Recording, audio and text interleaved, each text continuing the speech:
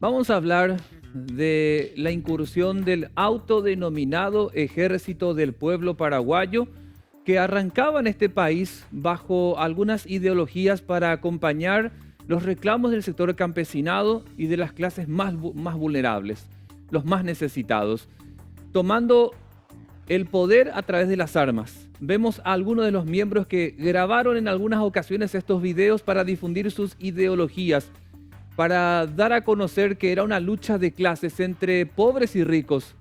Y hay que mencionar desde cuándo el autodenominado Ejército del Pueblo Paraguayo empezó a incursionar y generar tantas desgracias y números que hoy lamentamos, entre robos, saqueos, impuestos para estar tranquilos en el interior, principalmente la zona norte, y personas que fueron asesinadas y que hasta hoy no pueden superar ese capítulo horrendo a causa de esta banda criminal.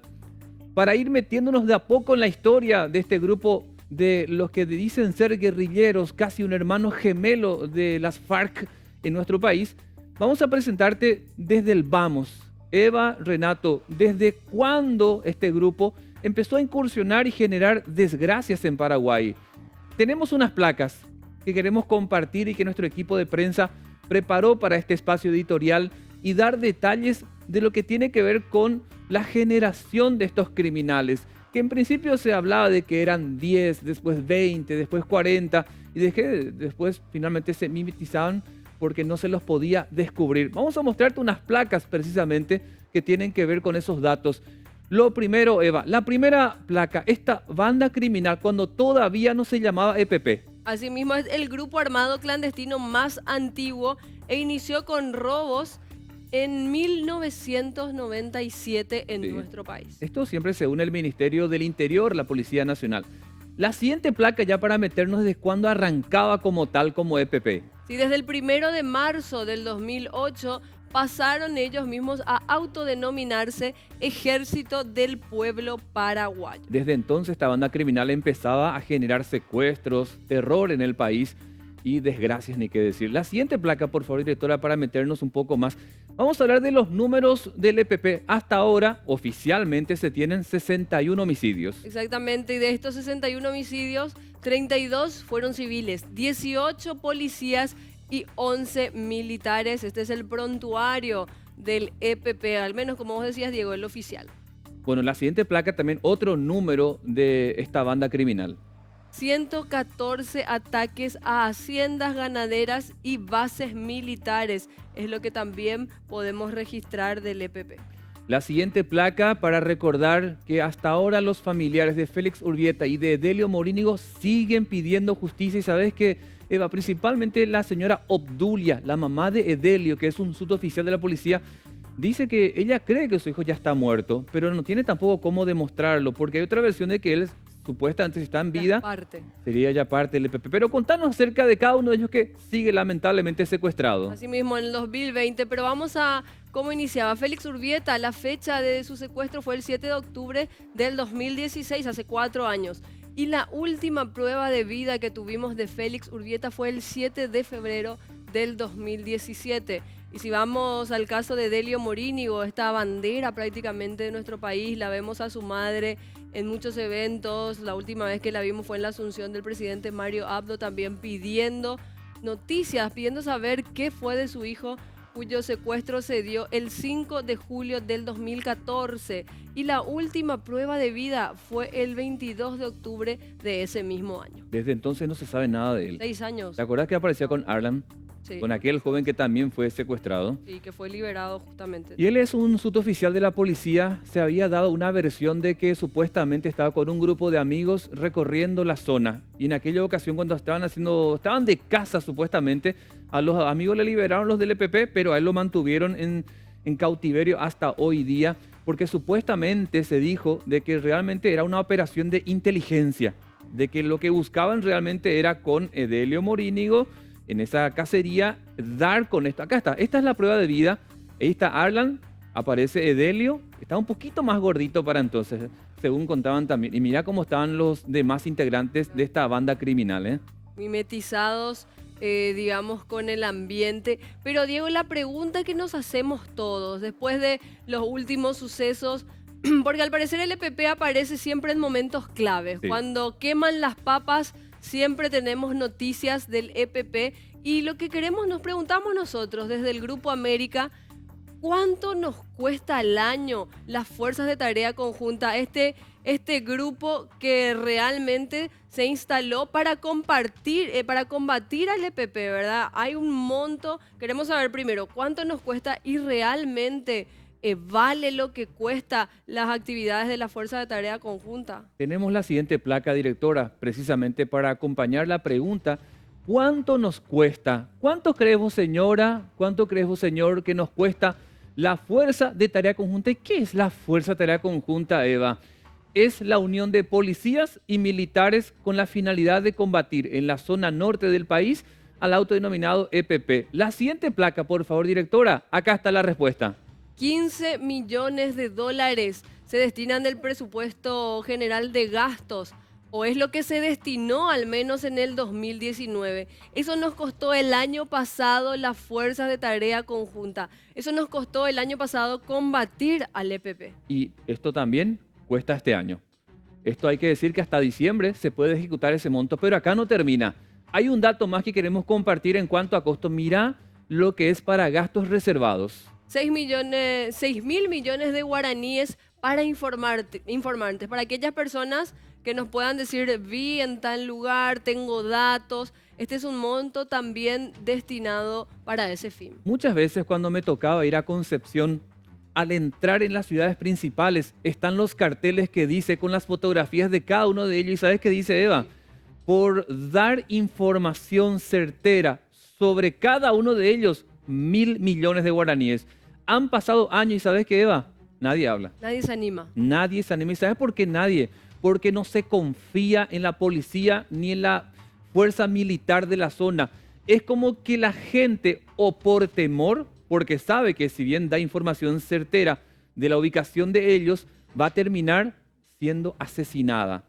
Va a terminar con la familia destruida. Entonces, a pesar de que te van a pagar desde el Estado 1.000 millones de guaraníes, terminan callándose desde una complicidad, pero callándose porque saben que después van a terminar mal, con plata en la mano, pero con ataúdes. Entonces prefieren no delatar a los integrantes del EPP, que muchas veces se congraciaron incluso con la zona de Concepción. ¿Por qué? Claro, porque repartían víveres. Entonces la gente como que generaba simpatía, lamentablemente tenemos que decirlo así, hacia los integrantes de esta banda criminal.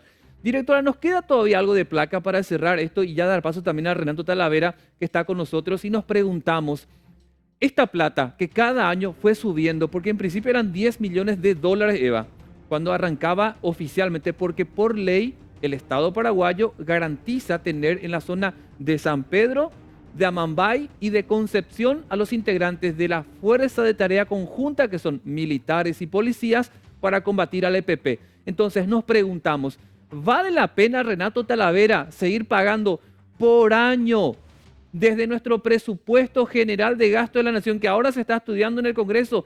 ¿Vale la pena, Renato, pagar 15 millones de dólares en relación a esto que estamos hablando si no tenemos el resultado de tener a los cabecillas o en las cárceles o finalmente, si hay combate, siendo los que terminan perdiendo la vida y no los militares o los policías? Porque hasta ahora siguen llevando la delantera a los criminales. Hubo un momento donde prácticamente todos los días teníamos noticias acerca de algún ataque o atentado de esta banda criminal en el norte del país. Incluso creo que tuvieron su apogeo, por así decirlo, o su momento donde realizaron distintos actos en el gobierno de Horacio Cartes. Yo creo que en ese momento justificaba de repente para darle tranquilidad a la gente de Concepción y también a los ganaderos de la zona y todo lo que se produce en cuanto a departamento de manera industrial y también agropecuaria y ganadera. Pero en este momento creo que la atención tendríamos que darle a otras prioridades. El Estado está demasiado grande y tiene muchísimos gastos que de repente uno se pregunta, bueno, ¿por qué tanto dinero la Fuerza de Tarea Conjunta? Siento que ahora la verdadera guerra que tenemos no es contra estos criminales, sino contra el COVID-19. Y evidentemente actos como el del presidente de la República, que se dirigió de manera rápida al norte del país y, como dijiste hace rato, Diego, y creo que Eva opinará lo mismo, realizó un papelón, por así decirlo, sacándose fotos junto a los militares sin tapabocas, dando una conferencia de prensa, pidiendo a esta gente que se entregue de manera tranquila. De repente es un mensaje hasta positivo, por así decirlo, pero no son los tiempos. Yo creo que la lectura que se está haciendo no es la adecuada, teniendo en cuenta que el mundo, y Paraguay principalmente, los países que están en vía de desarrollo, sufren de manera catastrófica al COVID-19, no solamente por una cuestión del sistema sanitario, sino por una cuestión económica, y teniendo en cuenta los miles de desempleados que hay en este momento, y también lo que ocurre teniendo en cuenta que la criminalidad está subiendo y también los altos índices de asalto. Yo creo que ese dinero se podría, mejor dicho, dar de baja un porcentaje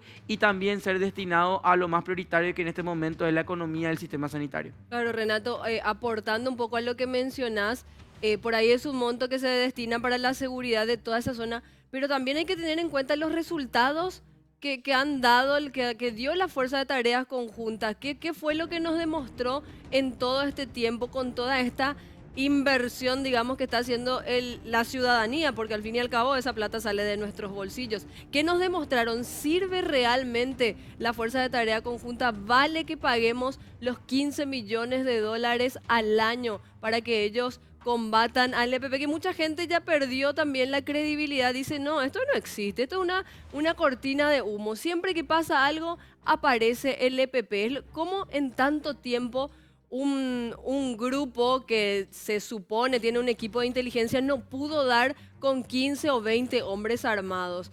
La verdad que genera esa duda, y queremos compartir con ustedes las palabras del presidente, que una vez más fue bastante criticado por esto. Información brindada por el señor presidente de la República, hay que aclarar que las dos personas abatidas, que lastimosamente fueron abatidas en un enfrentamiento con las fuerzas públicas, son dos personas de sexo femenino a prima facie, las cuales van a ser identificadas en momentos más a su llegada a la morgue de la ciudad de Villajó. Para complementar, conforme a la información que brindó el señor presidente, cabe aclarar de que este operativo fue autorizado judicialmente desde el día 28 de agosto, el mes pasado, la semana pasada, autorizado judicialmente, y lastimosamente tenemos que hablar de la caída de dos ciudadanos y dos ciudadanas paraguayas que prefirieron enfrentarse con las fuerzas de seguridad a enfrentarse con los cargos que tiene la justicia.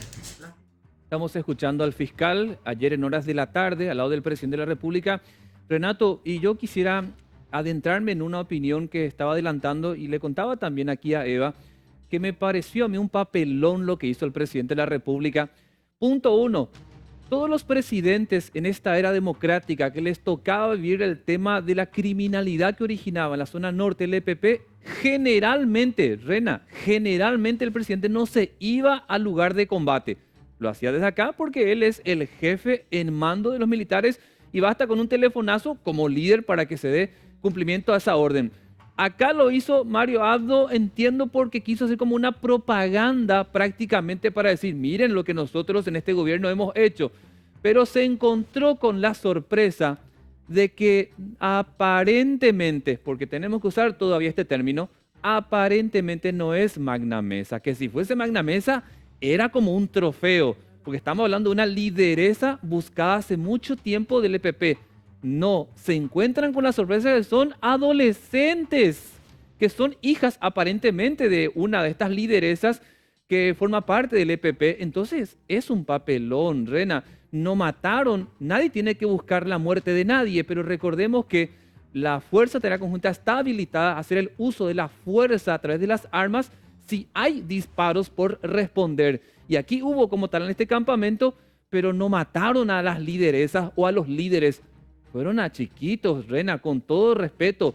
Qué vergüenza por parte del presidente, que se vio sometido a dar una conferencia de prensa sin dar a conocer siquiera la identidad. Tuvo que suspender un importante encuentro con Horacio Cartes, el referente del Partido Colorado, porque pensó que esto iba a ser como mostrar un trofeo. Sin embargo, repito, para mí el presidente otra vez fue sometido a un papelón. Sin duda alguna, Diego, sin duda alguna. Y con el correr de la tarde se mencionaba que justamente lo que estabas diciendo, que eran menores de edad y también que no tenían documentos de identidad, teniendo en cuenta que ambas fueron llevadas a la Argentina y tendrían aparentemente nacionalidad argentina, y en el 2017, según siempre la fuente, habrían ingresado a nuestro país.